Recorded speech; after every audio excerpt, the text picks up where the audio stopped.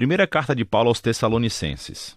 Esta é, provavelmente, a carta mais antiga que temos de Paulo e a história por trás dela é contada no livro de Atos. É onde Paulo e seu colega de trabalho Silas partem para a antiga cidade grega de Tessalônica. E depois de apenas um mês contando às pessoas as boas novas sobre Jesus, um grande número de judeus e gregos decidem seguir a Jesus e criam a primeira comunidade cristã nessa cidade. Mas havia problemas à vista. O anúncio que Paulo fez, que o Jesus ressuscitado é o verdadeiro Senhor do mundo, causou muitas suspeitas. Assim, os cristãos em Tessalônica acabaram sendo acusados de desafiar César, o imperador romano, quando disseram que havia um outro rei, Jesus. E isso levou a uma perseguição tão intensa que Paulo e Silas tiveram que fugir da cidade. Isso foi doloroso para eles, porque eles amavam muito as pessoas de lá. Assim, essa carta foi a tentativa de Paulo se reconectar com os cristãos em Tessalônica depois de ter recebido um relato de Timóteo de que eles estavam muito bem e que, apesar da perseguição intensa, eles estavam crescendo. E ele criou a carta com dois movimentos principais. Primeiro, é uma celebração da fidelidade dos cristãos a Jesus. E então ele os desafia a continuar crescendo como seguidores de Jesus. Esses dois movimentos são cercados por 3 orações. A carta começa com uma oração de agradecimento. Os dois movimentos são ligados por uma oração de transição e tudo é concluído com uma oração final. É uma estrutura muito bonita. Paulo começa agradecendo e celebrando a fé dos tessalonicenses, o seu amor pelos outros e a sua esperança em Jesus, apesar da perseguição. E ele continua, ele reconta a história da conversão deles, como costumavam ser politeístas e viviam em uma cultura onde tudo era permeado por instituições e práticas que honravam os deuses gregos e romanos. Paulo fala sobre como eles se afastaram desses ídolos para servir ao Deus vivo e verdadeiro, e que agora estão aguardando a vinda do Filho de Deus do céu. E, numa cidade como Tessalônica, a decisão de fidelidade ao Deus Criador de Israel e ao Rei Jesus tem um custo: isolamento dos seus vizinhos e hostilidade da sua família.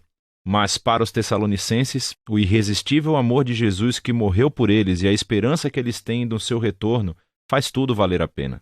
Paulo então reconta a história da sua missão em Tessalônica e das amizades queridas que ele formou com o povo. Ele usa metáforas muito íntimas. Eles o tratavam como seu filho e ele se sente como sendo seus pais. Ele diz que estávamos felizes em compartilhar não apenas as boas novas de Deus, mas também a nossa própria vida, pois aprendemos a amá-los. Paulo nos lembra aqui que a essência da liderança cristã não é poder e influência, mas sim relacionamentos saudáveis e serviço humilde e amoroso. Ele lembra que nunca lhes pediu dinheiro e que simplesmente veio para amá-los e servi-los em nome de Jesus. E assim, Paulo continua refletindo sobre a perseguição que eles têm em comum. Assim como Jesus foi rejeitado e morto pelo seu próprio povo, agora Paulo está sendo perseguido por compatriotas judeus e os tessalonicenses estão enfrentando a hostilidade dos seus vizinhos gregos. E de uma maneira estranha, Paulo sente consolo ao saber que juntos os seus sofrimentos são uma maneira de participar na história da vida e morte de Jesus. Paulo então fala sobre a angústia que sentiu quando ouviu falar das dificuldades que os tessalonicenses tiveram depois que ele e Silas fugiram. Por isso enviou Timóteo para apoiá-los e ver como eles estavam. E para sua alegria, Timóteo descobriu que eles estavam bem. Eram fiéis a Jesus, estavam cheios de amor por Deus e pelos seus vizinhos, e desejavam ver Paulo tanto quanto ele desejava vê-los. Então Paulo conclui com uma oração por perseverança. O que é legal é que ele apresenta aqui os tópicos que abordará na segunda metade da carta. Ele ora para que Deus aumente a sua capacidade de amar, que fortaleça o seu compromisso com a santidade, enquanto eles focam a sua esperança no retorno do Rei Jesus.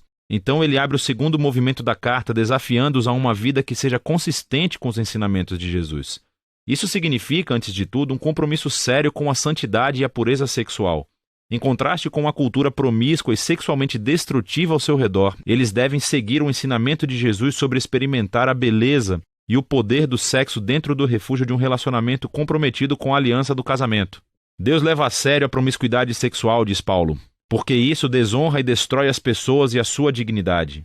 Seguir Jesus também significa um compromisso de amar e servir os outros. Paulo instrui que os cristãos devem ser conhecidos na cidade como pessoas confiáveis e trabalhadoras, não apenas para ganhar dinheiro, mas para que possam ter recursos para se sustentar e compartilhar generosamente com as pessoas necessitadas. Depois disso, Paulo aborda várias questões que os tessalonicenses levantaram sobre a esperança futura do retorno de Jesus. E alguns cristãos na igreja tinham morrido recentemente, provavelmente como mártires, e os seus amigos e familiares se perguntavam sobre o destino deles quando Jesus voltar.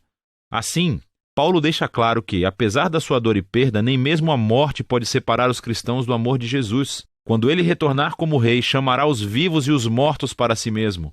E Paulo usa uma imagem muito legal aqui.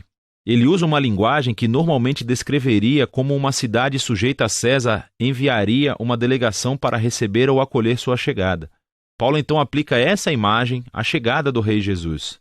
Ele também será saudado por uma delegação do seu povo que irá ao encontro do Senhor no ar, quando o receberem e o escoltarem de volta a este mundo, onde estabelecerá o seu reino de justiça e paz. Paulo então quer que os tessalonicenses vejam como essa esperança deve motivar a fidelidade de Jesus. E ele zomba da propaganda romana de que é César quem traz paz e segurança. Naturalmente, a paz de Roma veio através da violência, escravizando seus inimigos e por meio de ocupação militar. Paulo adverte que Jesus retornará como um rei um dia e enfrentará esse tipo de injustiça. Os seguidores de Jesus devem viver no presente como se esse dia futuro já estivesse aqui. Apesar da opressão que o mal humano traz, eles devem permanecer sóbrios e despertos naquilo que a luz do reino de Deus eleva tanto aqui na terra como no céu. Paulo encerra todas essas exortações como começou, com uma oração esperançosa de que Deus permearia as suas vidas com sua santidade, que ele os separaria para serem completamente devotados e inocentados até o retorno do Rei Jesus. 1 Tessalonicenses nos lembra que, desde o início, seguir a Jesus como rei produz um modo de vida verdadeiramente contracultural ou sagrado. E isso às vezes gera suspeitas e conflitos entre nossos vizinhos. Mas a resposta dos seguidores de Jesus a tal hostilidade deve ser sempre o amor encontrando oposição com a graça e generosidade. E esse modo de vida é motivado pela esperança do reino de Jesus vindouro, que já começou através da sua ressurreição dentre os mortos. Santidade, amor e esperança futura. É disso que se trata 1 Tessalonicenses.